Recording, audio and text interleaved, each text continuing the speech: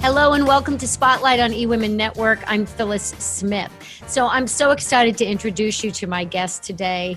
She is an image and stylist expert, but when you hear her backstory, you're going to be shocked to know that it wasn't always that way. In fact, au contraire to that. And she is a beautiful person inside and out. And so I just can't wait to introduce you to Cyndy Porter. So Cyndy, welcome. Thank you. I'm so excited to be here. Thanks for that lovely introduction. Well, you know, I have to say, when you applied to be a guest on my show, I love what you wrote. And I've never done this before, where I actually pull out what somebody describes about themselves. But I just had to read this because it says so much. So here's what you wrote. You said, I was born severely pigeon-toed and had to wear special braces and shoes when I was young. Kids made fun of me for the way I looked and walked. I remember not only feeling lonely, but totally alone, like I had no life, no liveliness. In the first grade, I was so insecure, I would hide from eye contact, sit and eat the buttons off my clothes. I was told by the school psychologist, and then he'd peek in a window, he'd call home, and he would tell my mom, this I cannot believe, she's mentally retarded. Not only did I grow up believing I was ugly, but I also grew up believing that I was stupid. So, oh my God, how does one recover from that, Cyndy? It's really interesting because I've told my story, but I have never heard it said back to me, and it does make me realize how far I've come. You know, that I was that really sad young girl, and it stuck with me through most of my life. It really wasn't until my early 30s, after all of that bad experience kind of continued to set me up for bad decision after bad decision. I don't remember if I shared with you when I wrote that to you, that, you know, what I learned after probably 20 years of therapy is that when we start life feeling so badly about ourselves, when we really show up and feel like we're not enough, we go into the world and look for evidence from other people that what we believe about ourselves is true. And so when young girls and women, you know, don't believe in themselves, they all of the time do what I did, which was not set good personal boundaries, allow people to mistreat me because I always felt kind of like I must have deserved it. And so for me, it culminated in an abusive marriage and all kinds of things. But thankfully, there was something in me that drove me to have a different life. And so I left all of that, and I'm so happy that it's almost like that was a completely different person for where I sit today. And, it sounds like you had to do a lot of work to get to where you are now.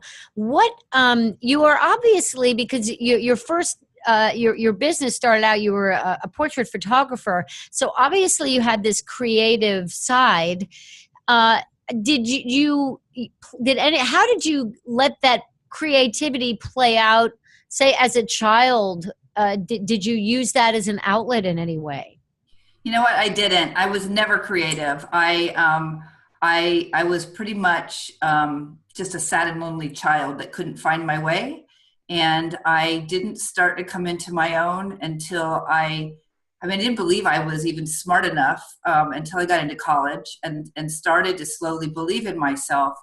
And when that happened, I started to turn things around, because I think what we need is to start to see ourselves succeed at something, right? And so if you don't believe in yourself and then you're not succeeding at anything, and you probably don't want to put yourself out there because you just believe you're going to fail at everything you try, right? When you really have low self-esteem.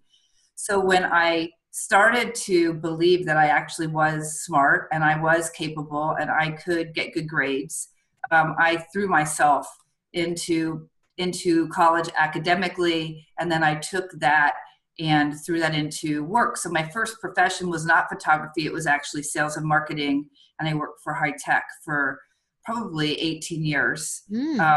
And what I tell people is, in a way, I was lucky that I was not happy. And so for me, it was like my addiction of choice was work.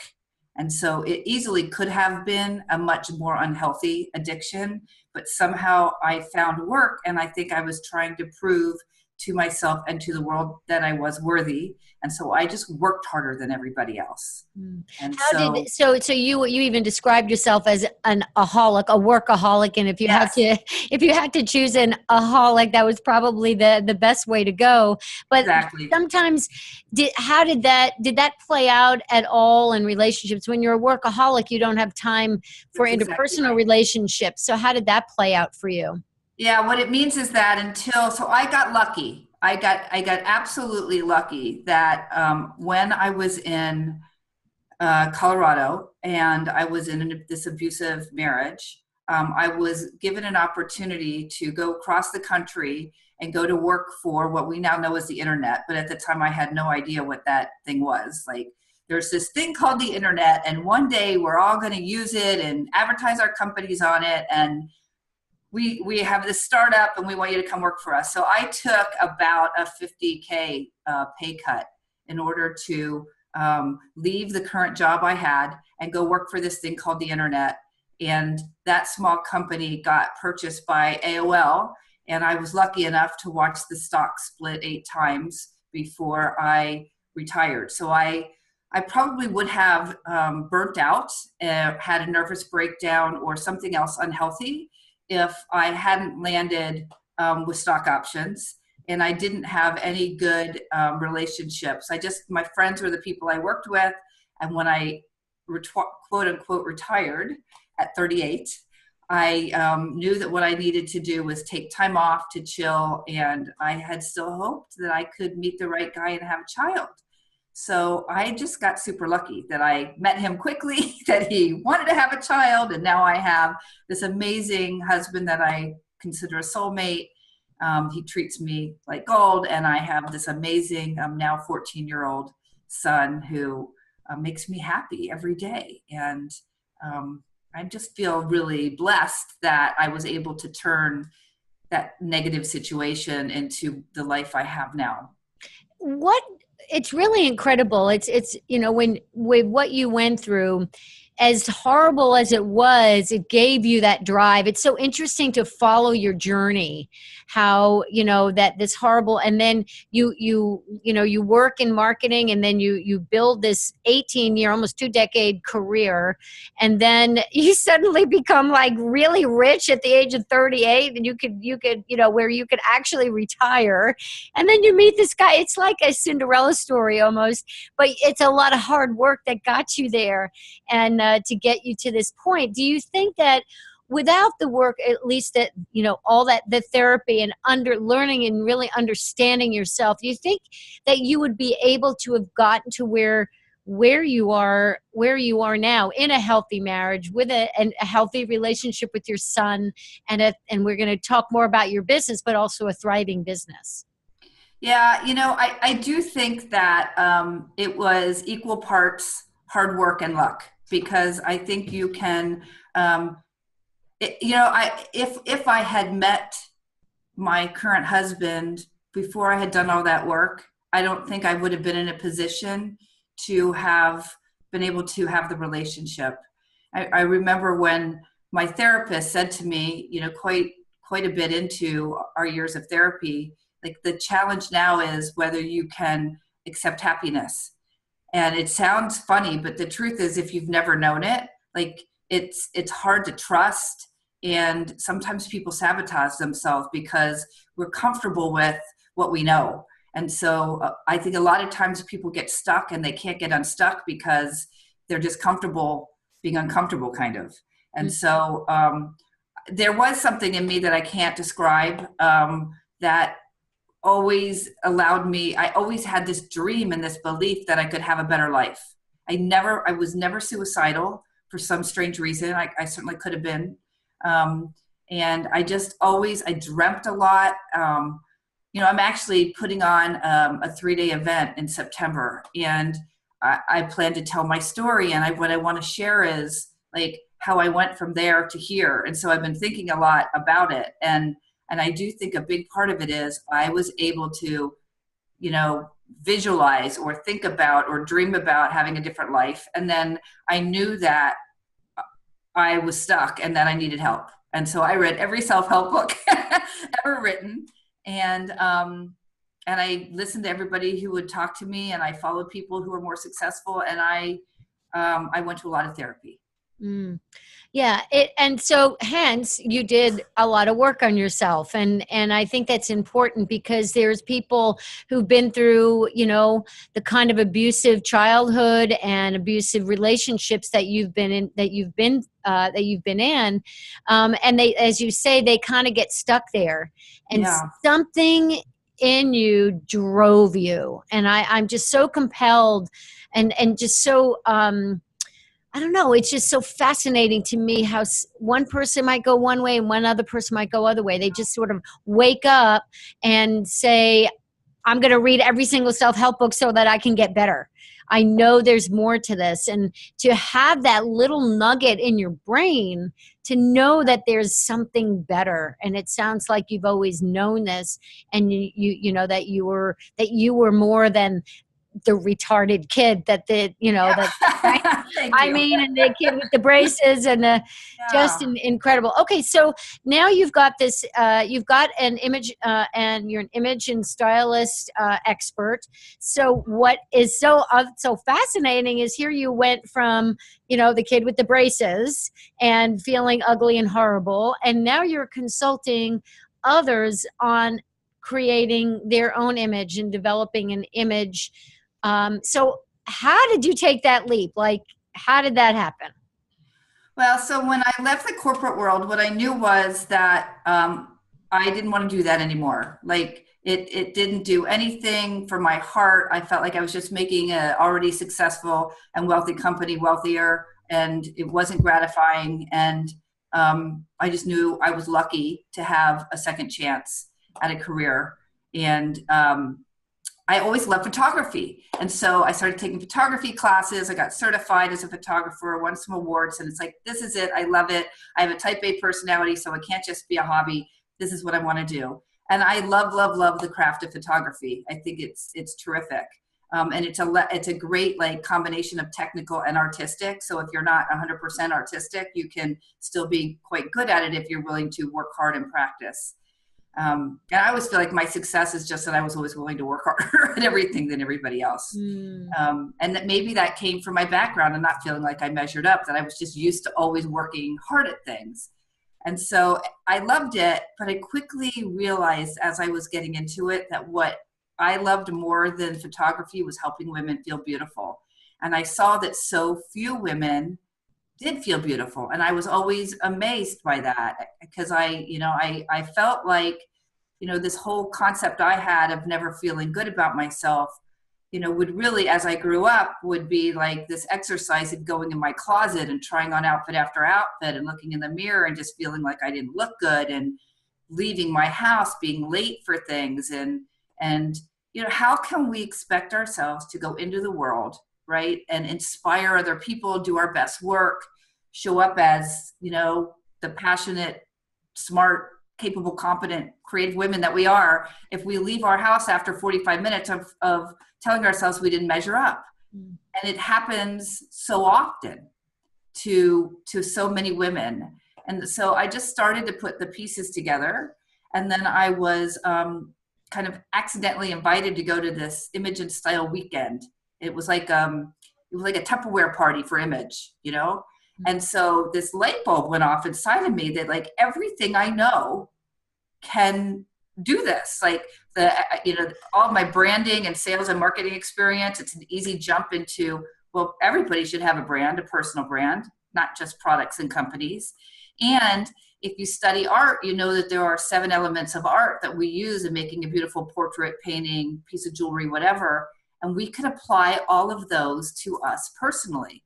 So that's where I said, this is what I'm doing. I went and I found an amazing mentor out in California who I studied under and got certified as an image consultant. And I created my own system of first personal branding, and then also how to use art principles to look at ourselves and see ourselves as art so that we look our aesthetic best.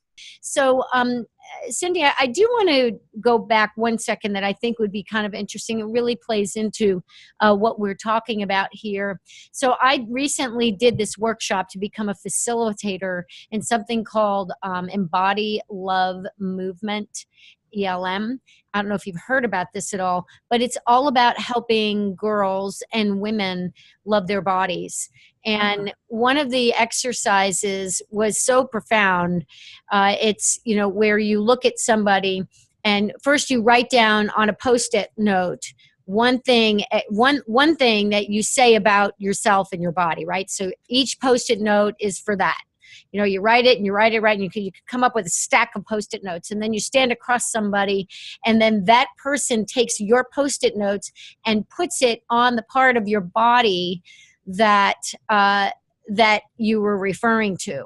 And then your next thing you know, you're covered with all these negative, horrible images that you say to yourself, well, this other person is looking at you who doesn't see that at all. And it's really profound. And when I did it, it was, I mean, I had no idea I said these terrible things in my head when I'm looking in the mirror, you know? Right.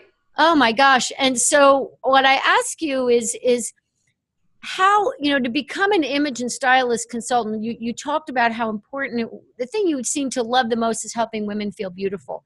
How do you get to them to feel that way, but also on the inside?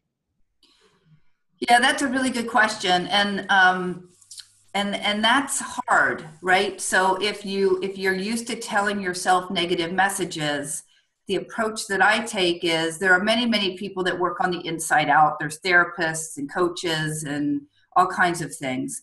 I basically take the approach of the outside in.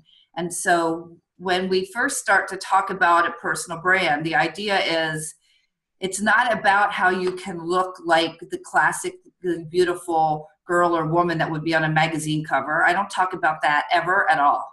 I talk about how the ancient Greeks defined beauty. I talk about the golden mean. I talk about things that are math and art and science related as it refers to beauty. And then I teach them how to focus on what do they love about yourself? What are your best features? How do we emphasize your best features? And if you happen to have sensitivities, how do we learn to de-emphasize or conceal those a little bit, right? But what I've found is that what happens is as you start to focus on what you love about yourself, as you start to know what colors and what textures and what shapes make you look your best, and you look in the mirror and you see reflecting back at you somebody that you're proud of, somebody that you admire, you know, that you feel good about, and then you go into the world, and whether it's in an elevator or a classroom or you know, an office, and you hear people say, oh my God, you look so great today, or I love that color on you, or your glasses look awesome, or doesn't it boost you every little time somebody gives you self-confidence? And it's too bad that we are reliant on the external world to make us feel better about ourselves, but it really does work. And so I really focus on that, like taking baby steps to who are you as a person? What does that look like? Do you know that your most powerful communication tool is how you look? Mm-hmm. And it happens in nanoseconds. People judge us and we judge ourselves. So if we can start to put ourselves together in a way that we take baby steps towards looking in the mirror and seeing what we love about ourselves, then we carry that with us. So a personal brand then is, if you were to describe it, what is a personal brand? Because you're talking about specifically looking at things, you know, what do you love about yourself? And then let's kind of work with that and accentuate that. But is that a personal brand, or do you also help people sort of decide, you know, what that is? Yeah, so when I work with my clients, we always start with personal brand because I think that's the most important. I think if things aren't like your best colors or shape or patterns or proportions, but you are showing up being true to who you are authentically, then that's the first battle. The first battle is, are you showing up in a way that you communicate who you are, right? And so in order to do that, you have to know who you are. So I take them through a series of questions and thought processes and exercises. And I also do really, you were mentioning the exercise you did in your program. I do exercises so that they get feedback from each other. And so it could be as simple as sometimes when I'm speaking in a group, we'll have a stick-it or a post-it put on their backs, and everybody will be given a pen, and you will just walk up to them and say, what is your first impression? And they're always positive, you know, pretty or gorgeous or creative or interesting or professional or lively or whatever. And then they get to pull that thing off their back. And I usually have them think about, number one, how they see themselves. Number two, what they want to be written on their back. So I'll often say, if you were to get up and leave the room and we were all to say, isn't she blah, blah, blah, blah, blah, what would you want that to be? And it has to be 5 or fewer adjectives, right? You can't have 20. Like, is it that you want to be edgy, or is it that you want to be lovely, or is it that you want to be smart, or is it that you want to be interesting or creative? Like, what is it really that makes you you? And then once we get to that core, then how does that look? How does that look in an outfit? How does that look in an earring? How does that look in haircut? What makeup is that? What eyewear is that? That's the first step. And then this other thing I was talking about with the aesthetics, I call that owning your style. And that's more just using art elements to make you look your personal best on top of communicating your personal brand. You talked about the 7 elements of art. I don't know what they are. What are they? Can you name them off? I will try to. So there's line, proportion, shape, scale, value or contrast, color, and texture. And so you consider all of those things when you're considering how you want to look. And what I also think is interesting too, when you talk about a personal brand, you're not just talking about like one outfit. You're talking about changing, creating a closet that Exactly. is your personal brand. Another kind of interesting personal story, I was in a women's group once, and I remember we talked about, like, I think we were putting pictures together, kind of like a vision board kind of thing. And I remember like all the images of women and with the way they dressed that I liked were very flowy. Right. So I love that kind of flowy and the long cardigans that come down to their ankles and that, and yet I never wore that kind of thing. But once I discovered that in this meeting, in this group, I started dressing that way. And now almost everything I wear is flowy. I've got flowy pants and tops. And, I'm also a yoga instructor. I practice yoga. That whole world of just comfortable and flowy, but pretty and lovely. So it's really funny how we think. Sometimes I think we know our brand, but it could be just sort of old ways of thinking. And then to actually discover the real you. Yeah, and so many women, when I talk to them about their brand, they'll say something like, I'm a mom and I'm a wife and I'm a accountant and I'm a soccer mom, or like, it's more like what they do than who they are. And so, I think if you can get to a core set of values and adjectives that describe who you are in all occasions of your life, then you dress those values and adjectives, but also the occasion. So you would show up differently for a black tie affair than you would to go to a ball game, but both outfits would communicate who you are as a person. So a simple black dress is not, there is the simple black dress, but then there's a twist on the simple black dress that would actually fit into the brand, your personal brand. Exactly. Mm-hmm. But you need to, yeah. And do you find that to know what your personal brand is that like just your gut? Like the first thing that like for me, it was like, this is what I love when I see other people wearing it, and then, oh wait, I can too.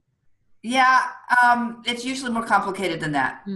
It's usually more complicated. It's something that I try to, whenever I try to take up less time when I'm working with people, I just can't, right? Because the thing that, and I think it takes us longer sometimes to unpeel the onion. So I do a series of different kinds of exercises that get to your subconscious as well as your conscious.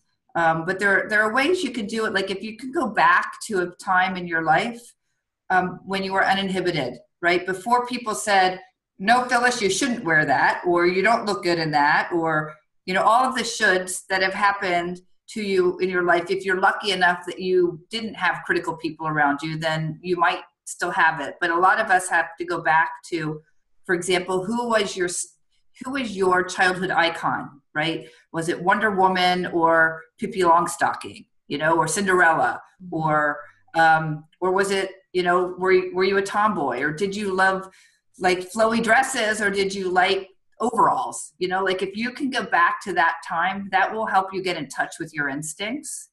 But it usually takes a fair amount of work because we have so many shoulds on how we feel like we need to show up, that uncovering all of that and then putting it back together in a way that you feel is appropriate for your lifestyle takes time. We just have a few minutes to go. What I'd like to ask you now is if you can provide some advice on helping people, like the first maybe 1 or 2 things or 3 things they can do right now to help them uncover that personal brand. Well, if you don't mind me referring people to my website, I do have I have an ebook quiz, and I also have I have created style avatars. There's 9 of them. And I have created a quiz that you can take very quickly that will tell you an avatar that is most likely your personal brand. So I would recommend that if you have the time to do that. And if not, this tip I gave you about going back to your early childhood, or just thinking about what your adjectives are. If you could only come up with 5 adjectives that you want to every morning when you look in the mirror, ask yourself, do I communicate this? That you ask yourself that question. And at the end of the day, what I really believe in is there's no right or wrong. It's about being intentional. And so as a yoga instructor, it's the same concept. It's let's be mindful. You can choose to do whatever you want and show up any way you want to. But I think that doing it with mindfulness and intention and wanting to communicate and show you at your best and just love yourself and find your best features when you look at yourself in the mirror, that's the most important thing you can do every day. Great advice. I feel like I could talk to you. I can't wait to see you at some point, and we can chat more about this. Just to let you know, when I was a kid, I was a tomboy and I liked overalls and I liked being comfortable. And my mother loves to shop, and she, we're very close. I would go in the in the dressing room, and she'd go do the shopping and bring the clothes back. I didn't have my own voice. And it wasn't because she insisted, it's because I hated shopping. Right. And so I never knew what my voice was. And so the whole thing of it always was like a tailored, very smart looking, very, like a man-tailored kind of thing. And it's so funny how I'm like the opposite. I had long hair, and she used to love to brush my hair. Now I hate when people brush my hair. And we're very close. There was no abuse there, I want to tell you. We're very that's tight. Right. But so sometimes we go back, when you go back, even if it was the overalls and being comfortable. And I think that's, as an adult, it's that flowy, natural, that I just love. So thank you so much for all that you do to help women feel beautiful from the outside so that they can start feeling beautiful from the inside, on the inside. And again, how can people reach you at your website? Tell us that website again. So it's cyndyporter.com, CYNDYPORTER.com. All right. Very good. And they can contact Thank you so much. My It was such a pleasure. pleasure. It's been great. Thank you, Cyndy. Thank you.